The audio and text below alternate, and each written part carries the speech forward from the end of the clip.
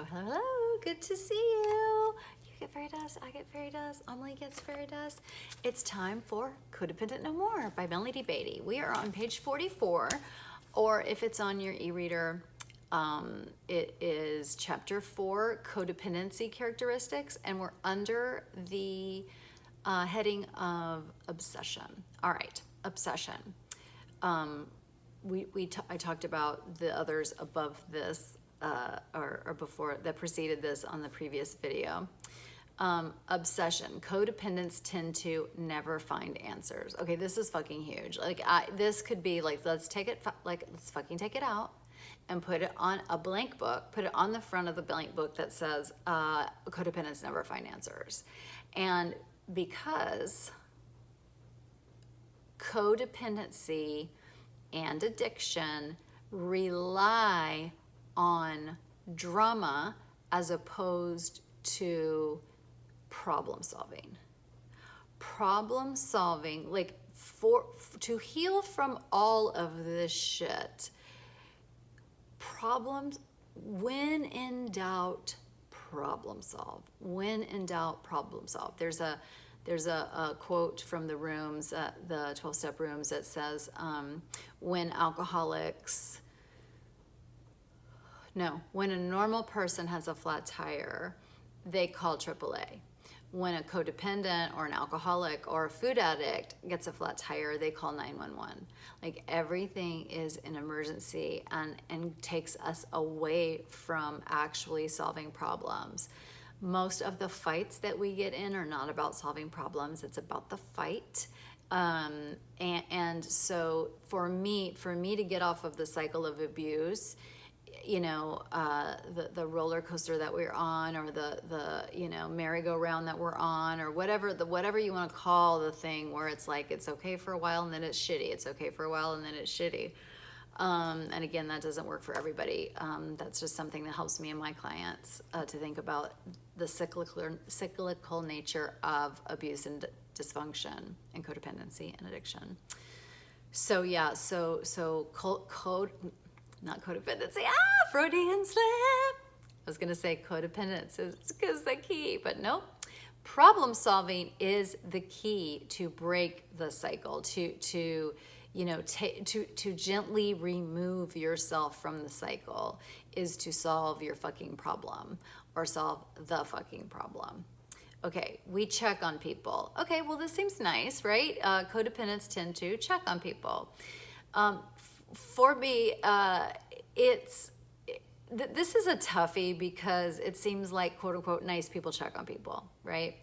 And a lot of codependency lives under the illusion of that we're nice. It's an illusion, because we're not being nice. We're being codependent. We're being dysfunctional. We're being if you ever, and nice is an interesting word to me too, because it's like, what is it?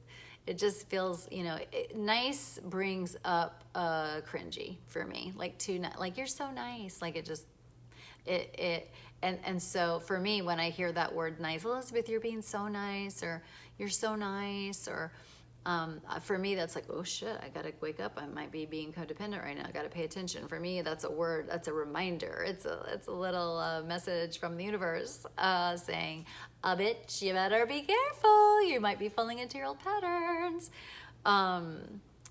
Because I don't want to be nice. I want to love and be loved. That's what I want. I don't want to be nice anymore. I want to just love and be loved.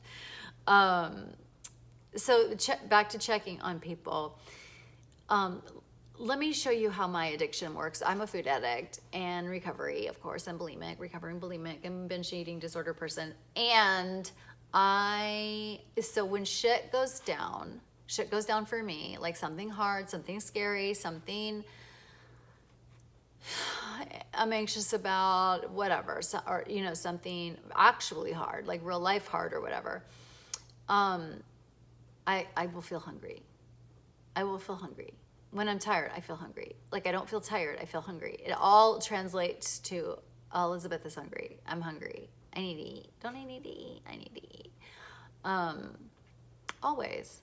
Those neurons of any kind of emotional or physical discomfort just bypasses all the other neurons that says, wonder what that's about, wonder what this is, oh, you might be tired. It goes straight to I'm hungry. Like it just, it's like it cut a path, and it's still, you know, it could be here until I'm dead. But so for a codependent, it could, and again, it's not like I'm like, ooh, this is hard and I want to eat. No. It's all of a sudden I can be like, oh, I'm so hungry. When is lunch? Oh my God, 3 hours from now? How did that happen? Oh my God.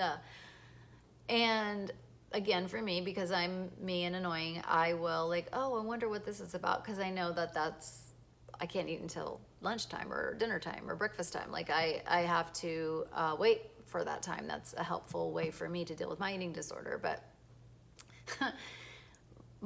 so here, but it's never connected to like anything actually. So what I'm saying is I'm not conscious of the shenanigans or bullshit or whatever the fuckery is that's going on. All of a sudden I would be like, I need to check on my friend.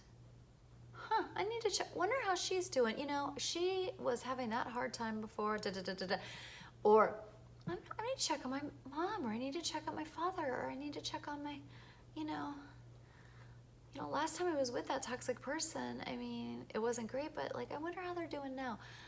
That is the same thing. That to me is the same, like, boo-doo-doo-doo, check on somebody, doo-doo-doo-doo, like shit's going down. Instead of saying, let's solve the problems, it's like, doo-doo-doo-doo, let me check on somebody.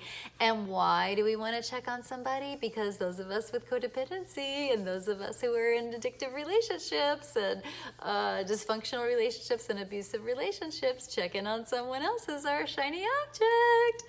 Ooh, we can check on someone else. We can get, we can take their pulse. We can get our drug. Oh, let me check on them. And then we tell ourselves the stories like, I'm being so nice. Oh my God, I'm so nice. I'm so nice. No, you have unconsciously fallen back on your old pattern. That's what happens. But so check on people. That's fine, but it has to go through your whatever tool you use to have clarity of mind, which means for me, I really just love the word sober. That's why I always say I'm sober from my eating disorder. I'm sober from my binge eating disorder, bulimia. I'm sober from my codependency right here, right now with you in this moment. I'm sober. Well, let's just watch the watch to see how long that's gonna last, because I might fall asleep right before I know it. So yeah, it's we need a shiny object to distract us from our shit. So yeah, okay. We try to catch people in acts of misbehavior. Oh, yes. In parenting, they say catch them doing something right. That's not us. We're always going to catch. I can't believe that person's doing this. And some codependents shift all that to the television.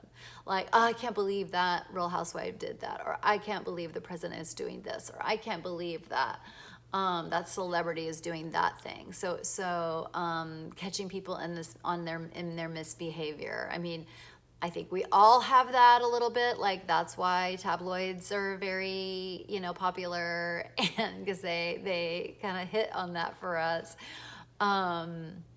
So I have some work around that that we will talk about and do on future Zoom calls, but.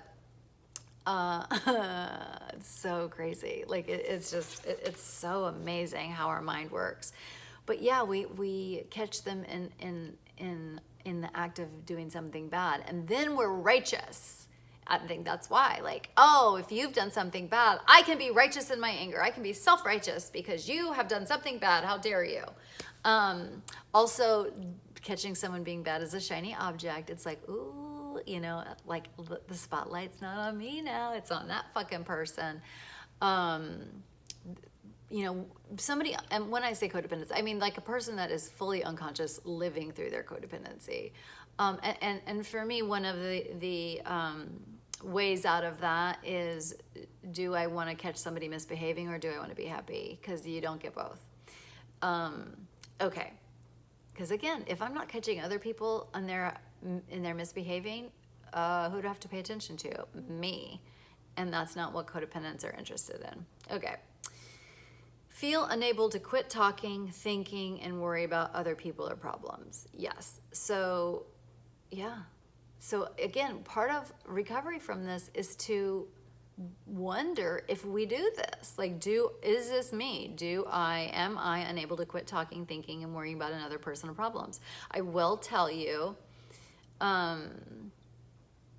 this is very helpful for me to read this today. This is very helpful because we also think we get immunity from our family members.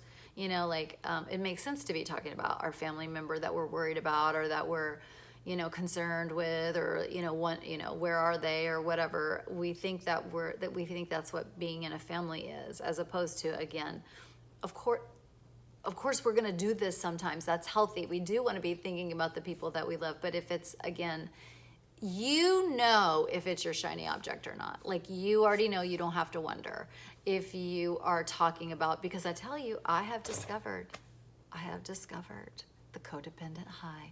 I coined the term. I think I did. It's on Urban Dictionary. Credit to advanced bitches. And I realized it because I have it. I didn't know I could get high, but I couldn't figure out I was getting high off of my codependency until I stopped my drug addiction to food. Like, food is my drug. Purging is my drug. So once I stopped that, it's like, ooh, someone needs my help. Like, it feels so good. Like, it's like, oh, I'm alive. The codependent high. Yeah. So, and I'm not here to say a codependent high is not fun. I love a good codependent high, but I love being sober more. And I can get high off of my codependency, when shit goes down or some new thing is happening or some big mistake has been made or whatever, however it's going to show up for me today. I'd rather be sober because I get magic. I get to live the magical life. I get to live as me, as full Elizabeth, like full on fucking Elizabeth, like me and all my parts and all my imperfections. I get to shine as that imperfectly perfect, cheesy, person. I get to show up in the fucking world, and we've never done that before. Those of us who have this wiring from childhood, like, we don't have it. And I'm telling you, it has been magical and keeps getting magical. And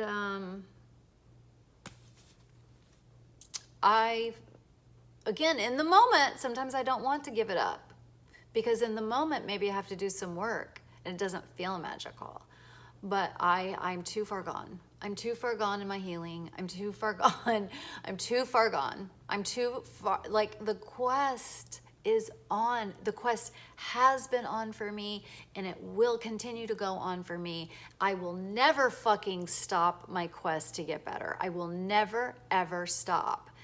And the results of that have been fucking magical.